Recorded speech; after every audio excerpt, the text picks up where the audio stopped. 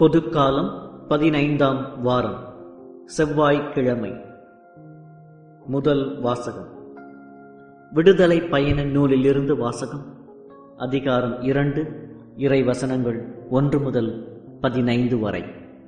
அந்நாட்களில் லேவி குலத்தவர் ஒருவர் லேவி குல பெண் ஒருத்தியை மணம் செய்து கொண்டார். அவள் கருவுற்று ஒரு ஆண் மகவை பெற்றெடுத்தாள். அது அழகாயிருந்தது என்று கண்டாள்.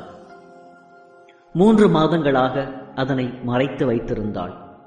இதற்கு மேல் அதனை மறைத்து வைக்க இயலாததால் அதனுக்காக கோரை புல்லால் பேழை ஒன்று செய்து அதன் மீது நிலக்கீழ் கீழ் இவற்றை பூசினாள். குழந்தையை அதனுள் வைத்து நைல் நதி கரையில் உள்ள நாணல்களுக்கிடையில் விட்டு வைத்தாள். அதற்கு என்ன ஆகுமோ என்பதை அறிந்து கொள்ள குழந்தையின் சகோதரி தூரத்தில் நின்று கொண்டிருந்தாள். அப்போது பார்வோனின் மகள் நைல் நதியில் நீராட இறங்கிச் சென்றாள். அவள் தோழியரோ நைல் நதிக்கரையில் உலாவிக் கொண்டிருந்தனர். அவள் நாணலிடையே பேழையைக் கண்டு தன் தோழி ஒருத்தியை அனுப்பி அதை எடுத்தாள். அதை திறந்தபோது ஓர் ஆண் குழந்தையை கண்டாள். அது அழுது கொண்டிருந்தது. அதன் மேல் அவள் இரக்கம் கொண்டாள். இது எபிரேய குழந்தைகளில் ஒன்று என்றாள் அவள். உடனே குழந்தையின் சகோதரி பார்வோன் மகளை நோக்கி, உமக்கு பதிலாக பாலூட்டி இக்குழந்தையை வளர்க்க எபிரேய செவிலி ஒருத்தியை நான் சென்று அழைத்து வரட்டுமா என்று கேட்டாள். பார்வோனின் மகள் அவரை நோக்கி, சரி, சென்று வா என்றாள். அந்த பெண் சென்று குழந்தையின் தாயையே அழைத்து வந்தாள்.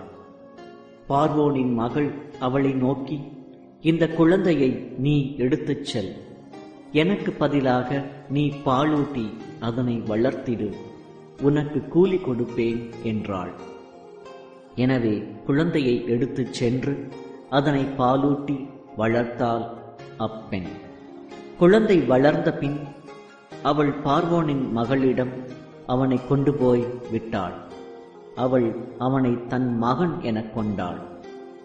நீரிலிருந்து நான் இவனை எடுத்தேன் என்று கூறி அவள் அவனுக்கு மோசே என்று பெயரிட்டாள். அக்காலத்தில் மோசே வளர்ந்துவிட்ட போது தம் இனத்தவரிடம் சென்றிருந்தார். அவர்களுடைய பாரச் சுமைகளையும் பார்த்தார். மேலும் தம் இனத்தவனான எபிரேயன் ஒருவனை எகிப்தியன் ஒருவன் அடிப்பதையும் கண்டார். சுற்றுமுற்றும் பார்த்து யாருமே இல்லை எனக் கண்டு அந்த எகிப்தியனை அடித்து கொன்று மணலுக்குள் புதைத்து விட்டார். அடுத்த நாள் அவர் வெளியே சென்றபோது எபிரேயர் இருவருக்கு இடையே கை கலப்பு நடந்து கொண்டிருந்ததை கண்டார். குற்றவாளியை நோக்கி, உன் இனத்தவனை ஏன் அடிக்கிறாய் என்று கேட்டார். அதற்கு அவன், எங்கள் மேல் உன்னை தலைவனாகவும் நடுவனாகவும் நியமித்தவன் எவன்? எகிப்தியனை கொன்றது போல் என்னையும் கொல்லவா நீ இப்படி பேசுகிறாய் என்று சொன்னான். இதனால் மோசே அச்சமுற்றார். நடந்தது தெரிந்துவிட்டது உறுதியே என்று சொல்லிக் கொண்டார். இச்செய்தியை பார்வோன் கேள்வியுற்ற போது மோசேயை கொல்லத் தேடினான். எனவே மோசே பார்வோனிடமிருந்து தப்பியோடி மிதியான் நாட்டில் குடியிருக்க வேண்டியதாயிற்று. இது ஆண்டவர் வழங்கும் அருள்வாக்கு. இறைவா, உமக்கு நன்றி. நற்செய்தி வாசகம். தூய மத்தேயு எழுதிய நற்செய்தியிலிருந்து வாசகம். அதிகாரம் 11, வசனங்கள் 20 முதல் 24 வரை. அக்காலத்தில் இயேசு வல்ல செயல்கள் பல நிகழ்த்திய நகரங்கள் மனம் மாறவில்லை. எனவே அவர் அவற்றை கண்டிக்கத் தொடங்கினார். கொராசின் நகரே, ஐயோ உனக்கு கேடு! பெத்சாய்தா நகரே, ஐயோ உனக்கும் கேடு! ஏனெனில் உங்களிடையே செய்யப்பட்ட வல்ல செயல்கள் தீர் சீதோன் நகரங்களில் செய்யப்பட்டிருந்தால் அங்குள்ள மக்கள் முன்பே சாக்கு உடை உடுத்தி சாம்பல் பூசி மனம் மாறியிருப்பர். தீர்ப்பு நாளில் தீருக்கும் சீதோனுக்கும் கிடைக்கும் தண்டனையை விட உங்களுக்கு கிடைக்கும் தண்டனை கடினமாகவே இருக்கும் என நான் உங்களுக்கு சொல்கிறேன். கப்பர்நகூமே, நீ வானளவ உயர்த்தப்படுவாயோ? இல்லை, பாதாளம் வரை தாழ்த்தப்படுவாய். ஏனெனில் உன்னிடம் செய்யப்பட்ட வல்ல செயல்கள் சோதோமில் செய்யப்பட்டிருந்தால் அது இன்று வரைக்கும் நிலைத்திருக்குமே. தீர்ப்பு நாளில் சோதோமுக்கு கிடைக்கும் தண்டனையை விட உனக்கு கிடைக்கும் தண்டனை கடினமாகவே இருக்கும் என நான் உங்களுக்கு சொல்கிறேன் என்றார். இது கிறிஸ்து வழங்கும் நற்செய்தி. கிறிஸ்துவே, உமக்கு புகழ்.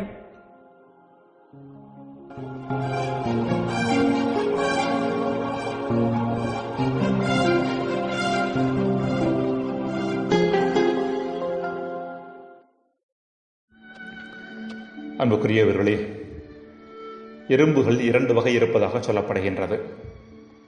ஒன்று எஜமான் எறும்புகள், மாஸ்டர் ஆண்ட்ஸ். இன்னொன்று அடிமை எறும்புகள், ஸ்லேவ் ஆண்ட்ஸ். எஜமான் எறும்புகள் எந்த வேலையும் செய்வதில்லை, ஓய்வெடுப்பதுதான் அவர்களது வேலை. அடிமை எறும்புகளோ ஓய்வெடுக்காமல் செயல்பட்டு தங்களுக்கும் எஜமான் எறும்புகளுக்கும் உணவை தேடுகின்றனவாம். எறும்புகளில் எஜமான் அடிமை வித்தியாசம் இருப்பது போல மனிதர்களிலும் அதே பாகுபாடு உண்டு என்பது சொல்லித் தெரிய வேண்டிய ஒன்று அல்ல. அடிமைத்தனங்கள் 2 வகை உண்டு. ஒன்று புற அடிமைத்தனம், இன்னொன்று அக அடிமைத்தனம். இஸ்ரேல் மக்கள் எவ்வாறு புற அடிமைத்தனத்தில் துன்பப்பட்டார்கள் என்பதை விடுதலை பயண நூலின் முதல் பிரிவில் நாம் வாசிக்கின்றோம். இவ்வாறு புற அடிமைத்தனத்தில் துன்பப்பட்ட மக்களுக்கு விடுதலை கொடுப்பதற்காக இறைவன் மோசேயை பிறப்பிக்கின்றார் என்பதை இன்றைய முதல் வாசகத்தில் நாம் பார்க்கின்றோம். ஆண் குழந்தைகள் கொல்லப்பட வேண்டும் என்ற ஆணை பிறப்பித்த பார்வோனின் அரண்மனையிலேயே அந்த எபிரேய குழந்தை வளர்க்கப்படுகிறது என்பதுதான் ஓர் ஆச்சரியம்.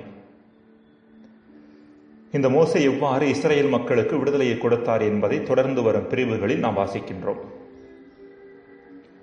மனிதர்களது புற அடிமைத்தனத்திலிருந்து மட்டுமல்ல, அவர்களது அக அடிமைத்தனத்திலிருந்தும் அவர்களை விடுவிக்க வந்தவர் தான் ஆண்டவர் இயேசு கிறிஸ்து.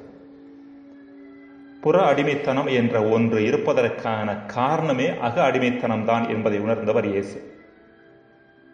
வெளிப்படையாக பார்க்கின்ற பொழுது மனிதர்களுக்கிடையே எஜமான் அடிமை என்ற வேறுபாடு இருந்தாலும் கொஞ்சம் கூர்ந்து நோக்கினோம் என்றால் எல்லா மனிதர்களுமே ஒரு விதத்தில் அடிமைகளே. புறவாழ்வை பொறுத்த மட்டில் சிலர் எஜமானர்களாக, வேறு சிலர் அடிமைகளாக இருந்தாலும் அகவாழ்வை பொறுத்த மட்டில் அனைவரும் அடிமைகளே, அதாவது பாவத்திற்கு அடிமைகள். பாவம் செய்யும் எவரும் பாவத்திற்கு அடிமை என்கின்றார் ஆண்டவர் இயேசு கிறிஸ்து, யோவான் 8:34. பாவம் இல்லாதவர்கள் யாரும் இல்லை என்பதால் அடிமைகளாக இல்லாத நபர்கள் இந்த உலகில் யாருமே கிடையாது என்று சொல்லலாம். இந்த பாவம் என்கின்ற அக அடிமைத்தனத்தில் இருந்து மனிதர்களை விடுவிப்பதற்காகவே இறைமகன் இயேசு இந்த உலகில் உதித்தார். மனிதர்களை விடுவிப்பதற்காக அவர் எத்தனையோ முயற்சிகளை மேற்கொண்டார், புதுமைகளை செய்தார், போதித்தார், நோயாளிகளை குணமாக்கினார். இவை அனைத்தையும் இயேசு செய்ததன் நோக்கம் மக்கள் இப்படிப்பட்ட அடையாள செயல்பாடுகளின் நோக்கத்தை உணர்ந்து கொண்டு தங்களது பாவ அடிமைத்தனத்திலிருந்து அவர்கள் வெளியே வர வேண்டும் என்பதுதான். எனினும் மனிதர்கள் இயேசுவின் புதுமையை அனுபவித்தார்கள், போதனையை கேட்டார்கள். ஆனால் அவர்கள் தங்களது அக அடிமைத்தனத்திலிருந்து வெளியே வர எந்த முயற்சியும் மேற்கொள்ளவில்லை. அதாவது அவர் கொண்டு வந்த மீட்பை தங்களுடையதாக்கவில்லை. இவ்வாறு தங்களுக்கு கொடுக்கப்பட்ட வாய்ப்பை வீணாக்கிய நகரங்களையே இயேசு இன்றைய நற்செய்தியில் கடுமையாக சாடுகின்றார்.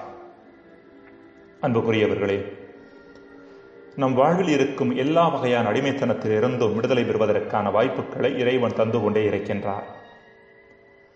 மனிதர்களாகிய நாம் புற அடிமைத்தனத்திலோ அல்லது அக அடிமைத்தனத்திலோ உழலக்கூடும். எனினும் இறைவன் நம் அடிமைத்தனத்திலிருந்து நம்மை மீட்பதற்காக காலந்தோறும் நபர்களையும் வாய்ப்புகளையும் நமக்கு தந்து கொண்டே இருக்கிறார் என்பதுதான் இன்றைய வாசகங்களின் மையச் செய்தியாக இருக்கிறது. சில வாய்ப்புகள் பிறரது முன்மாதிரியான வாழ்வு என்ற வடிவில் வருகின்றன. வேறு சில வாய்ப்புகள் நாம் வாசிக்கின்ற புத்தகங்களிலிருந்து சிந்தனைகள் என்ற வடிவில் வருகின்றன. இன்னும் சில வாய்ப்புகள் நம் வாழ்வில் நடக்கின்ற நிகழ்வுகள் என்ற வடிவில் வருகின்றன. மேலும் சில வாய்ப்புகள் உள்ளுணர்வு என்ற வடிவில் வருகின்றன. இவ்வாய்ப்புகளை பயன்படுத்தி நம்மை நாம் முன்னோக்கி நகர்த்துகின்றோமா அல்லது இவற்றை எல்லாம் வீணாக்குகின்றோமா என்பதுதான் நமக்கு முன்பாக இருக்கின்ற கேள்வியாக இருக்கின்றது. ஜெபம். இறைவா, பிறரை அடிமைப்படுத்த வேண்டும் என்ற எண்ணம் எங்களிடம் இருந்தது என்றால் நாங்களும் அடிமைகளாக இருக்கிறோம் என்பதை நாங்கள் உணர்ந்து கொள்ள எங்களுக்கு வரம் தாரும். ஆமேன்.